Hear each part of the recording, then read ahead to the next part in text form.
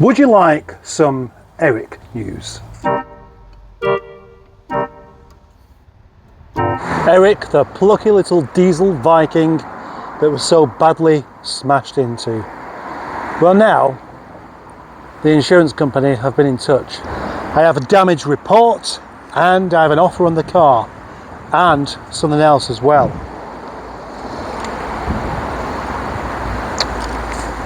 Balls. Battery's completely flat. The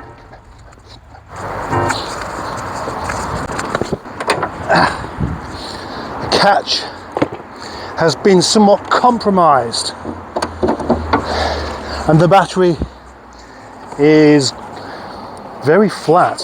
Not sure why the battery is so flat, because it was always perfectly good up until now.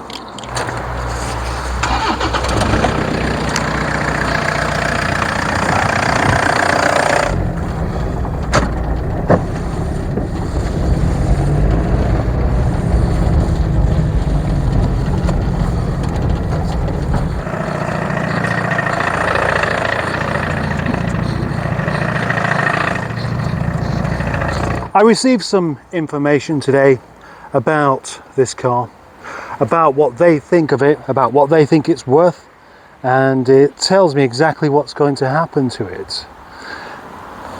It looks a lot more sad than it normally would do because it's filthy. And you know what I was going to do? I was going to come down here and wash it. I was going to wash this car before making this video, but you might think, what's the point in washing a car that's like this? You might also think, well, it's because it's going to get fixed. In actual fact, the reason is one of respect for the car, because although it is a write-off, and it's still a car, it's still my car, and still a car that I want. Well, I was making lots and lots of efforts to make this car as nice as possible, and of course that isn't reflected at the moment with its steel wheels and the cloth seats back in and all of the damage all over the thing. And if you don't really remember the damage, it's reasonably extensive. It's creased there, it's bent there, it's bent there, it's bent on the floor pan, the chassis rail's bent, and it's slightly creased there as well. And of course the front end pushed into the engine so the bonnet doesn't actually fit any longer. And there are many parts at the front here that simply aren't ever going to be used. It feels like it's taken quite a long time to get any kind of result from the insurance company. That's partly due to the fact that the third party, i.e. the young lad that caused the accident, wasn't prepared to admit fault. Even though there were lots of witnesses all saying that it was him who did it, and there was footage of the crash actually happening. But now, 2 months later, having had an assessor come out and see the car and give his opinion on it, he didn't actually express it to me. Having done all that, I then received a message this morning to call back the legal company that's dealing with all this. Anyway, having seen the damage underneath at the back, knowing it would need the back end of another car to actually fix it, it didn't stop me from having visions of one day actually having another car and rebuilding Eric. Because it would make a nice story. It'd make good content. It would make me feel like I was doing something worthwhile. But the only trouble is, it's been categorised as B, a Cat B write-off, which means it cannot go back on the road. That takes it out of my hands. Not entirely though. It just means that I cannot fix this car and then reuse it. I cannot drive this car on the road ever again. I'm not sure whether this can have some sort of turnover thing should you rebuild the car and get a Q plate put on it or something like that. I don't know. But as far as the insurance company is concerned, this car is no more. You would have to be pretty delusional really to think that they'd just say, oh yeah, that's fine, we'll just pay for this to be mended and then you can have it back on the road and everything will be tickety-boo. For one thing, the actual cost of repairing this car, if not done by me, amounts to quite a bit. I have it in the report just here. Let's find it in my pictures. What's needed to repair this car properly, and the cost including VAT is £11,955.92.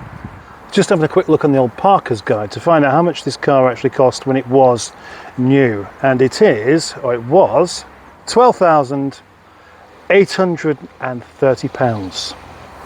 One thing I'm curious about here is, how does it get to that cost? Nearly £12,000. It was only £12,000 when the car was new. Inflation? Or is it quite simply a case of, well, let's come up with a rather specific number, and with a 92 pence on the end of that, so it really looks like we've done our research. The car's not actually been out of the yard. There's just had a man come around, took 3 pictures of it. So that is interesting. Yeah, anyway, that's really by the by, and in actual fact I'm not overly interested by that particularly interesting thought there. It just seems like an awful lot. I mean, obviously it was going to be a lot. Obviously, even if it was just the front end, it was going to be a write-off, but by that much.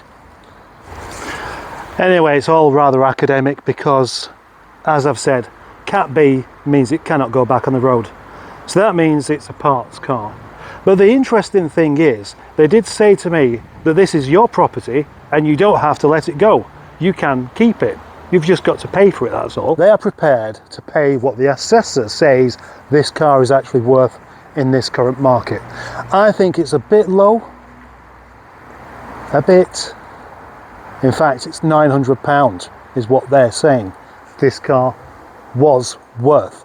And that's what they will give me for it, or thereabouts. Or that's what they'll try and get. £900 better than nothing. Now, I know many people will say, oh, you don't accept the first offer. But there's an issue with this. 2 issues, in fact. The first one is, from what I believe, if you refuse the offer and you don't get offered any more, but they try to get more money for you, you end up with more costs involved. So that's something I'm a bit unsure about. If you're in a position where you don't actually need the money, then you're in the position where you can refuse the offer and get more money. It's always the way. If you've got money, you can get money. If you haven't got money, it's difficult to get some. And then when you do get some, it's not as much as what you would get otherwise. That's just the way of the world. I'm not complaining, I'm just stating fact. So I'm going to have to just accept that offer. And it's a pity, because it's not going to be enough to get a replacement. So I'm going to end up having to stick with Barney the Streetwise. Interestingly though, I can keep this car and they will take off their salvage value from the money that they give to me. And it's not as much as I thought it was going to be. I thought it was going to be about £200 they'd want for me to keep the car. But no, it's £25. And I have to be a bit daft not to accept that. So that means my poor wreck of an old diesel Rover 25 called Eric is going to be staying with me in the yard. But for how long, I'm not really sure, because there's no point in it just living here, especially at a time where I'm trying to clear out. But for £25, for the amount of useful bits that this car has, I would be a bit daft to say no to it. So I could just use it as a donor car for parts, and eventually, once it's served its full purpose, it can then be taken away. But I am thinking of something else that I mentioned in a live stream just the other day. I got thinking about the film Shaun of the Dead, a film by Simon Pegg and Nick Frost. Nick Frost got bitten by a zombie, and rather than having his head smashed off like the rest of the zombies, at the end of the film, he kept him. It was his best friend, so he kept his zombie best friend in a shed where they could continue playing video games together. That's the only place he could go. He could no longer have his friend on the streets, just the shed. And that is what this is like. I can keep Eric as a yard car, as a yard tool. Do you think he'd prefer that? Do you think this bent and buggered old thing would actually prefer to stay in the yard and just help out by tugging things around, tugging dead cars about, and used for the occasional experiment. But look at it this way. I've got a Rover 800 there. It doesn't work. It needs to go. I've got a 216 down there. It needs to go.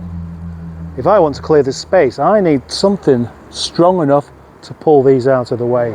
I've got a car with no engine, a dead car, another dead car, what is going to be somebody else's car quite soon. Category B write-off. This car is still much more valuable than all that stuff down there.